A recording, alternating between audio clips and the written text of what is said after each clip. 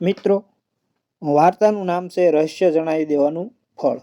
દેવશક્તિ નામનો એક રાજા હતો। તેને એક પુત્ર હતો જેના પેટમાં એક સાપ હતો। પેટમાં સાપ હોવાને કારણે રાજાનો દીકરો શરીરથી સુકાતો જતો હતો। રાજાએ અનેક ઉપાયો કર્યા, સારા સારા વૈદ્યોને બોલાવીને જાત જાતની દવાઓ કરી, પણ દીકરાની તકલીફ કોઈ પણ ભોગે ઓછી થતી ન હતી। રાજાનો પુત્ર પણ હવે આજે એની બીમારી હતી એ બીમારીથી કંટાળ્યો હતો। એક દિવસ એ દુઃખી છોકરો એટલે કે રાજકુમાર રાજ્ય છોડીને બીજા રાજ્યમાં ચાલ્યો ગયો। ત્યાં જઈને ભિક્ષા માગીને પોતાનું ગુજરાન ચલાવવા લાગ્યો। રાત પડે એટલે એક મંદિરના ઓટલે સૂઈ જાય। એ રાજ્યમાં બલિ નામનો એક રાજા હતો। તેને 2 યુવાન કુંવરીઓ હતી। રોજ સવાર પડે અને બંને કુંવરીઓ રાજા પાસે આવીને પ્રણામ કરે। તેમાંથી એક કુંવરી પ્રણામ કરીને બોલતી કે મહારાજની જય હો, તમારી કૃપાથી અમને બધું મળ્યું છે। તો પાછી બીજી કુંવરી એમ બોલતી કે તમે તમારા કર્મના ફળ ભોગવો। રાજા એક દિવસ બીજી કુંવરી પર ગુસ્સે થઈ ગયો। મંત્રીને બોલાવીને કહ્યું, મારી આ દીકરી રોજ મને આવું કડવું વાક્ય જ સંભળાવે છે। આને લઈ જાઓ અને કોઈ અજાણ્યા પુરુષ સાથે પરણાવી દો, પછી જ ખબર પડશે કે કર્મના ફળ એટલે શું। મંત્રીઓ નગરમાં ગયા। મંદિરના ઓટલે સૂતેલા દુબળા પાતળા છોકરાને જોયો। રાજાએ સૂચના આપી હતી તેમ રાજકુંવરીના લગ્ન એક ગરીબ ભિખારી જેવા લાગતા છોકરા સાથે કરાવી દીધા। કુંવરી બહુ સમજદાર હતી।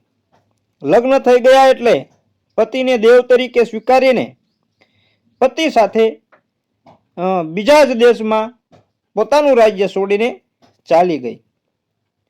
દૂર દૂર કોઈ પ્રદેશમાં જઈને રહેવા માટે તળાવ પાસેની એક જગ્યા શોધી કાઢી।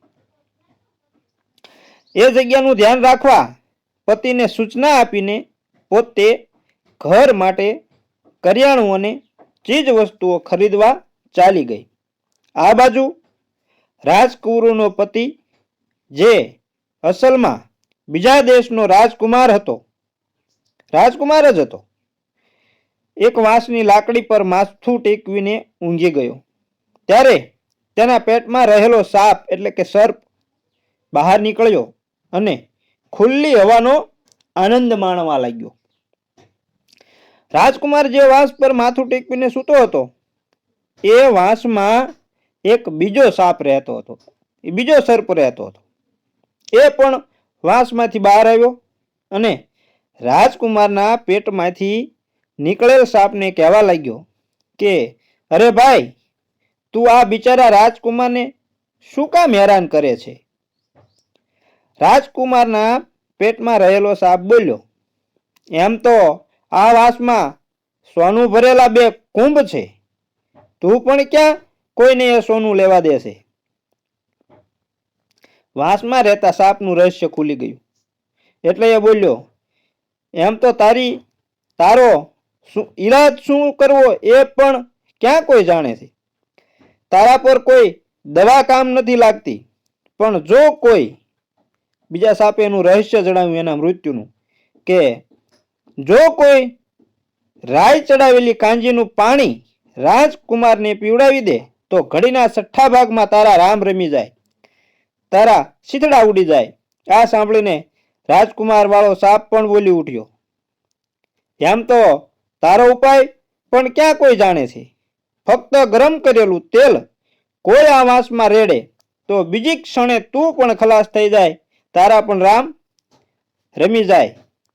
રાજકુંવરી એ જ વખતે બધી ખરીદી કરીને પાછી આવી હતી।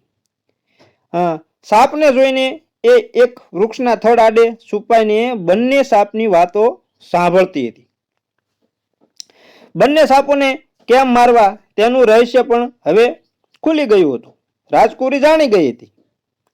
એટલે રાજકુરે બંનેના ઈરાદો કરી બંને સાપોને મારી નાખ્યા. વાંસમાંથી જે અઢળક સોનું મળ્યું એ લઈ એ પોતાના રાજ્યમાં પાછી આવી. રાજકુમાર પણ સાજો થઈ ગયો, કારણ કે સાપ એના પેટમાં હતો. એને જે રાયનું તેલ કીધું હતું એ પાઈ અને મારી નાખ્યો.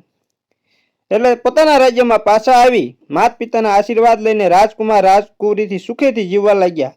મિત્રો, આમ અહીં આ વાર્તા પૂરી થાય છે.